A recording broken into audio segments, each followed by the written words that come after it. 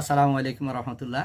প্রিয় ভিউয়ার্স, প্রিয় ইমানদার মুসলমান ভাই বোনেরা যারা আমার ভিডিওগুলো দেখেন, সবাইকে এমআরএস টিভি 12 পক্ষ থেকে শুভেচ্ছা অভিনন্দন জানাচ্ছি।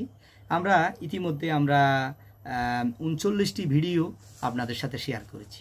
আজকে হচ্ছে 40 নম্বর ভিডিও। 40 নম্বর ভিডিওর ভিতরে আমরা ছোট্ট একটি হাদিস আজকে পড়ে শোনাবো আপনাদেরকে।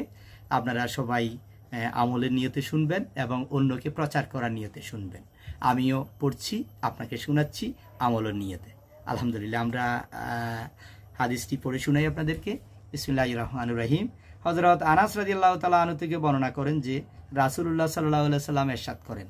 হযরত আনাস রাদিয়াল্লাহু তাআলা আনহু থেকে বর্ণনা করেন যে রাসূলুল্লাহ সাল্লাল্লাহু আলাইহি সাল্লাম ইরশাদ করিয়াছেন যে আমি জান্নাতে প্রবেশ করিয়া উহার উভয় পার্শ্বে স্বর্ণ অক্ষরে লিখিত 3টি লাইন দেখিতে পাইলাম।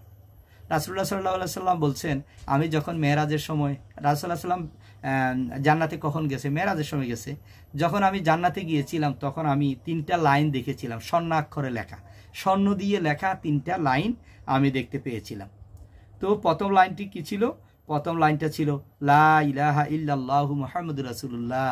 প্রথম লাইনটা লেখা ছিল লা ইলাহা ইল্লাল্লাহ, আল্লাহ ছাড়া কোনো মাবুদ নাই, রাসূলুল্লাহ সাল্লাল্লাহু আলাইহি সাল্লাম আল্লাহর প্রেরিত রাসূল, এটা লেখা ছিল প্রথম লাইনটাতে।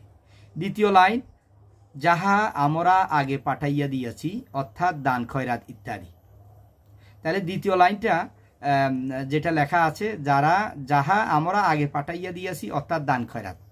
দুনিয়াতে আমরা যারা বিভিন্ন দান করি, হ্যাঁ, বিভিন্ন মসজিদ মাদ্রাসায়, এতিমখানাতে এতিমদের বিভিন্ন দান করি, এগুলো কিন্তু আগে ভাগে বেহেশতে চলে যায়, আমাদের জন্য জমা হয়ে থাকে।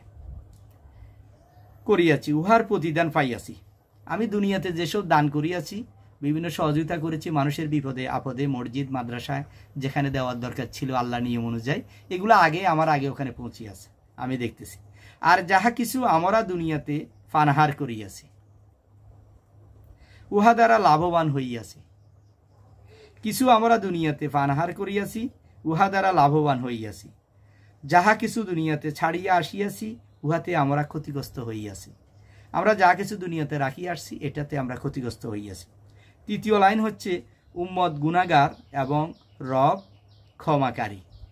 তৃতীয় লাইনটাতে লেখা ছিল আমাদের উম্মত হচ্ছে গুনাহ করবে, আল্লাহ তাআলা ক্ষমা করবে। তাহলে আমরা আমাদের ভুলের কারণে হোক, জেনে হোক, না জেনে শুনে হোক, আমরা কিন্তু ভুল করি, অন্যায় করি, কিন্তু আমরা সাথে সাথে এই অন্যায়ের জন্য আল্লাহর কাছে ক্ষমা চেয়ে নিতে হবে, আল্লাহর কাছে তওবা করে নিতে হবে। যখনই আমি তওবা করব, আমি আর এই অন্যায় আর করব না, এই ভুল আর করব না, হ্যাঁ, আমি এটা শয়তানের ফান্দে পড়ে করেছি, আল্লাহ তুমি আমাকে ক্ষমা করে দাও। এভাবে যখন আল্লাহর কাছে ক্ষমা চাইব, আল্লাহর কাছে যখন ক্ষমা প্রার্থনা করব, আল্লাহর কাছে যখনই কান্নাকাটি করব, 2 হাত তুলে যখন ক্ষমা চাইব, আল্লাহ তাআলা আমাকে ক্ষমা করে দিবেন। এই 3টা লাইন রাসূলুল্লাহ সাল্লাল্লাহু আলাইহি সাল্লাম যখন বেহেশতে গিয়েছিলেন, এই 3টি লাইন স্বর্ণাক্ষরে লেখা ছিল, দেখেছেন। এজন্য আমরা 3টা লাইনের ভিতরে আমরা বেশি বেশি করে দুনিয়া থাকাকালীন দান খয়রাত করব, বিভিন্ন মসজিদ মাদ্রাসাগুলোতে দান করব, হ্যাঁ, তারপরে এতিমদের দান করব, বিভিন্ন রাস্তাঘাট উন্নয়নের ক্ষেত্রে দান করব।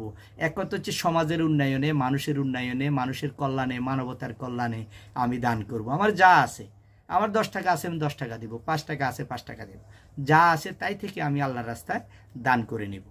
আর হচ্ছে যে কোনো পাপ হয়ে গেলে, যে কোনো গুনাহ হয়ে গেলে, জেনে হোক না জেনে সে হোক, সাথে সাথে আল্লাহর কাছে ক্ষমা চাওয়া, আল্লাহর কাছে এই ভুলের জন্য কান্নাকাটি করা, আল্লাহর কাছে আল্লাহ আমাকে ক্ষমা করে দাও, তাহলে আল্লাহ তাআলা ক্ষমা করে দিন। আল্লাহ নিজে বলেছে আমার উম্মত গুনাহ করবে, আমার বান্দা গুনাহ করবে, আমি কিন্তু ক্ষমা করে দেব।